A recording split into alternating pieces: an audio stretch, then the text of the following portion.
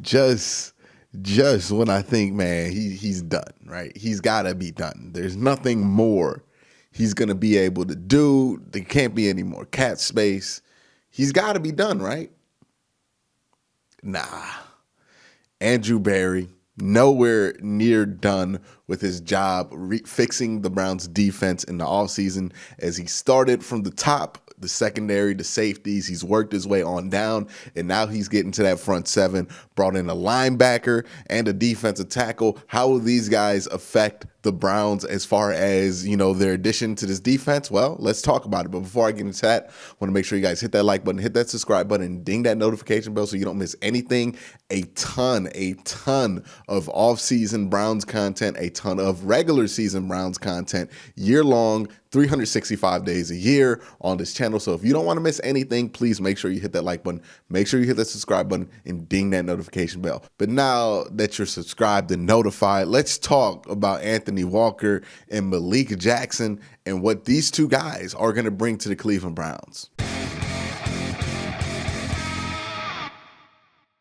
Now, as I kind of alluded to at the beginning of this video, Andrew Berry seems to be working on this top-down philosophy when it comes to the defense, right? He worked his way down, got a slot corner, got some other pieces, re-signed Malcolm Smith, and now he's at linebacker, Anthony Walker, and he got Malik Jackson and Takk McKinley. So these are the fixes for the defense. I think there's probably one or two more moves left in the Browns at this point. We'll see what happens with Justin Houston. We'll see what happens with Jadeveon Clowney. I think those are going to be two interesting names to watch because as the days kind of go on, I think their value is going to dip and dip and dip. And right now it looks like if you're a Jadeveon Clowney, and you want a one-year deal to kind of re-up your value, there's not a lot other better landing spots for you than Cleveland outside of maybe Baltimore at this point. So the Browns would have a really good chance to land him at a very favorable number to the point to where it would be kind of a flyer at that point. And if it's a flyer type deal, I don't care if he has injury history. You're taking a flyer in to see what you can get. It's a gamble, but it's not really that big of a gamble. So at this point, I don't see why anybody wouldn't be willing to be open to like a Jadeveon Clowney, but we'll cross that bridge whenever that bridge comes across. But let's talk about the guy that the Browns actually picked up, Malik Jackson. And that should be a familiar name to football fans because this was a fairly big name in football a few years ago. This is somebody who was on those really dominant Denver Bronco defenses, signed a big deal with Jacksonville when they became Saxonville over there, and kind of moved into the interior of the defensive line at that point in his career. And then he spent a couple of years out in Philly where he put together good play. But the thing you need to know about the Philadelphia Eagles and how their defensive schemes works is that the defensive tackles in that scheme are just meant to kind of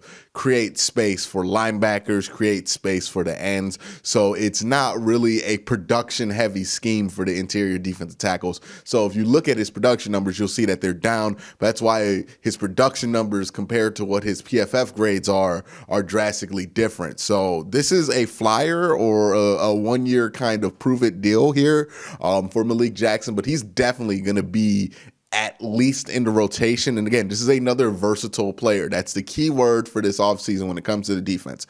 Versatility. This is one of the least adaptable defenses in football last year. That's why they would have performances where they would be lights out and in other performances where they would be awful because they weren't versatile. They weren't able to do multiple different things. They weren't able to adjust to adjustments because they were really one-dimensional in how that defense could attack you. Now they're getting versatile guys, multiple guys who can play multiple different positions. I talked about defensive linemen who can play inside and out. Malik Jackson has literally played inside and out. In a 3-4, he was an inside defensive end. He's played in a 4-3 outside. And I'm going to assume he's going to take over Larry Ogunjobi's role at defensive tackle, where he's going to be kind of the pass rush specialist that you're going to rotate in with Andrew Billings while Sheldon Richardson plays every down. So that's the plan at defensive tackle. I'm fine with that. I like that plan. I am okay with this. The only question that I have on the defense is at defensive end. Yes, Malik Jackson can slide over, play some defensive end. Yes, Tack McKinley can slide over and play some defensive end. I would not like that to be the permanent situation. I would hope that they get somebody really good in the draft. And I think the way they're going about it, I think they either like a veteran who they can get cheap, or they have their eyes set on a number of defensive ends in the draft that they feel like can produce in year one. So that's the only question mark, right? What they're going to do opposite of Myles Garrett. But they have filled out everything else other than that one question mark so well that that one question mark kind of gets diminished, because now Myles does have help, right? Now it's not about Myles getting there in 2.5 seconds. Maybe you can buy Myles that extra half a second that he needs, or that extra second that he needs to get to the quarterback. Now maybe those double teams will be less effective, because yeah, you can double team Myles, but Myles is going to get there no matter what you do if you give him enough time. So that is a benefit to Myles Garrett. Now, again, I would like to see them get somebody good across from him, but right now that looks like it's going to be the way to go. Now, as far as an upgrade from Larry Ogunjobi at that defensive tackle position, this is a pretty sizable upgrade. Now, again, you're going to be sacrificing upside when you go from Larry Ogunjobi to Malik Jackson. Malik Jackson's older, kind of defined at what he's going to be, but it is a upgrade as far as what he's going to be able to provide now. Larry Ogunjobi, last year, his PFF grades, a 55.2 grade against the run, a 58 grade against in pass rushing situations. So again, we knew what the issues were with Larry Ogunjobi, and they were consistency, and they also were everything against the run, right? That was a big issue. You're getting an upgrade against the run. Malik Jackson last year, from a 3-4 defensive end or defensive tackle position, was a 63 grade and a 72 pass rushing grade. So solid numbers there. That is a legitimate upgrade. I'm excited. Malik Jackson, that's a huge name. Just a couple of years ago, the sack production went down when he went to Philly, but I don't think that's him. I think that's scheme, and I think he's going to be able to benefit being next to Myles Garrett in a lot of these situations, and also being able to stay fresh, because I think no doubt the plan is to rotate him with Andrew Billings, with Jordan Elliott, to keep that spot fresh next to Myles. Also, keep in mind, he's not as heavy as Larry Ogunjobi, but he's much longer, which is going to help him in the run game. Larry Ogunjobi, I think, was about 6 foot. This guy is 6'5", so the length there is going to be able to help him in the run game, and you're getting a lot of longer guys as well as bigger guys there. Andrew Billings is coming back. Jordan Elliott is much longer. Now you have him. So again, these are things designed to be able to stop them when it comes to stopping the dreaded up the middle shotgun run that they just struggled to stop all season last year, as well as getting upgrades at different positions, the safety position, the secondary, and also at linebacker, which is going to bring me to the second guy that the Browns brought in, Anthony Walker. And everywhere I go, from anybody who is a Colts fan, they have rave reviews about him. They love this guy out in Indianapolis. He's a huge intangible guy, right? He's a locker room guy, sideline guy. People love his demeanor. He's a very smart player, and he's going to be the upgrade for B.J. Goodson this year. This is a Mike linebacker, which means he's probably going to play middle inside. Somebody you're going to want to have out there. And I think what's interesting, right, is that last year the Browns really had a lack of guys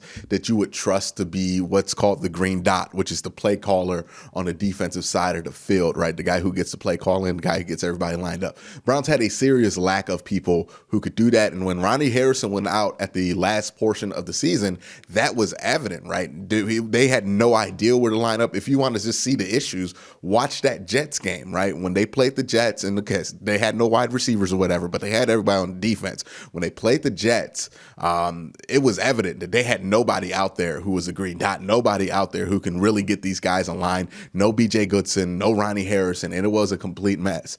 They have overloaded this defense now with people who have been a green dot either in college or in the NFL, most of them in the NFL. And I think that's going to be interesting, right? A ton of really smart football players, really trusted football players on this roster. Again, Anthony Walker can be your green dot at the middle inside linebacker position. Again, that's a traditional spot to put the mic. You can also put the green dot on John Johnson III, who was the green dot from one of the best defenses in football last year. You could put it on Ronnie Harrison, who has some experience doing that in Jacksonville and a little bit in Cleveland. You have a plethora of people. Grant Delpit could do it. A lot of guys could do it theoretically. And that's great, right? They have overloaded this defense with versatile players. They have overloaded this defense with very smart players, and they also added some speed in that equation. B.J. Goodson, not the fastest linebacker in the world. Anthony Walker, while not blazing fast, is a little bit faster than B.J. Goodson. A very smart football player. Again, he's going to help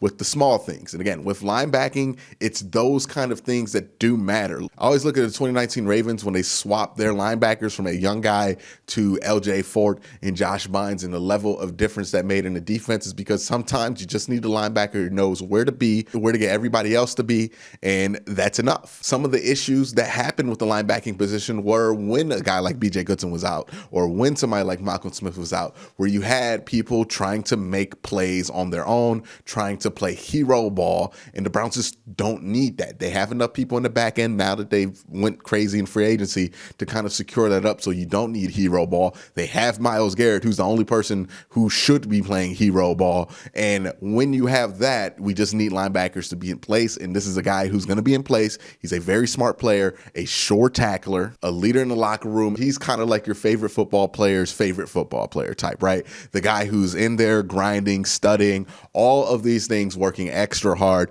and that's going to be great for the young guys like Jacob Phillips, like Sione Takitaki, like Mack Wilson to see in the locker room, but it's also going to be great for this defense. So again, Andrew Berry, he has not made a signing so far that I have not liked. He has not made signings that I didn't like, but that's a much different thing than making signings that I just detest. So hats off to him. He's continuing to have a good free agency period. Hopefully he can double this up with another decent draft. And again, this Browns team is set to kind of make a leap. The defense was the big issue, and now that it looks like they got more bodies, more really good players on that defense, I am excited to see what this team's going to look like come September. And it's only March, I know, but I am as excited as you can be for that. But let me know what you think down in the comment section below. Again, guys, thank you for watching. Have a great day and have a good night.